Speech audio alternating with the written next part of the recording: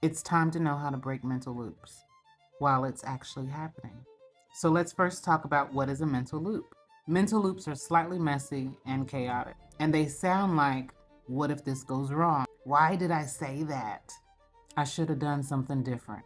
Or it's when you're playing a memory over again and it triggers you or it puts you into a spiral of behaviors or emotions that you're not able to control. And it plays itself over and over again. So let's talk about what to do when you're experiencing a mental loop. The first step is to catch it.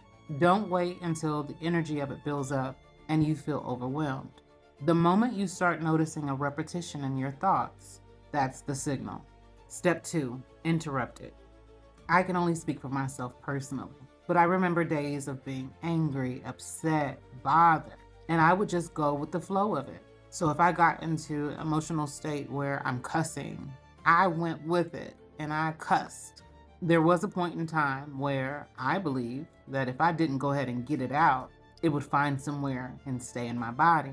So I could catch it, but I didn't interrupt it. And trust me, I would say it out loud. But when you're interrupting and you say it out loud, you're not letting the emotion or the behavior take off. You're sinking in with the observer, with the metacognition. And instead of cussing out loud, you can recognize that this is a loop, and that's what you say. That's what you acknowledge. That's what you give sound to, the awareness. So instead of continuing to say what you feel or what you believe to be true out loud, you're actually stopping it by saying, this is not true. This is not me. This is a loop. Because then it creates a separation.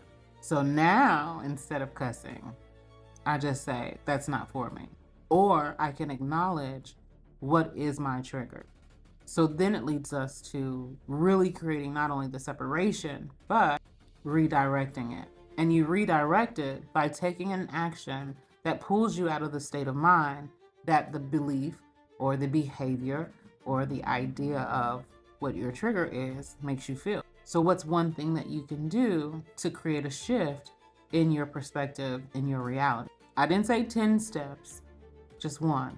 And most of the time, it's something very simple, like taking deep breaths, going for a walk, phoning a friend. You don't have to have a full plan of all these things to do. You don't have to have 15 things to reshape and shift your mind, but you do need one, even if it's something like journaling, because loops keep you in a thought. And if you're not taking any action, you're not moving out of it. Let me give you some more examples. Dang, I'm always messing this up. Nothing ever works out how I want it to work out. See, that's why I don't make no plans. See, that's why I don't trust nobody now. Those are loops. What's one thing that you can do? Be kinder to yourself. Give yourself some grace.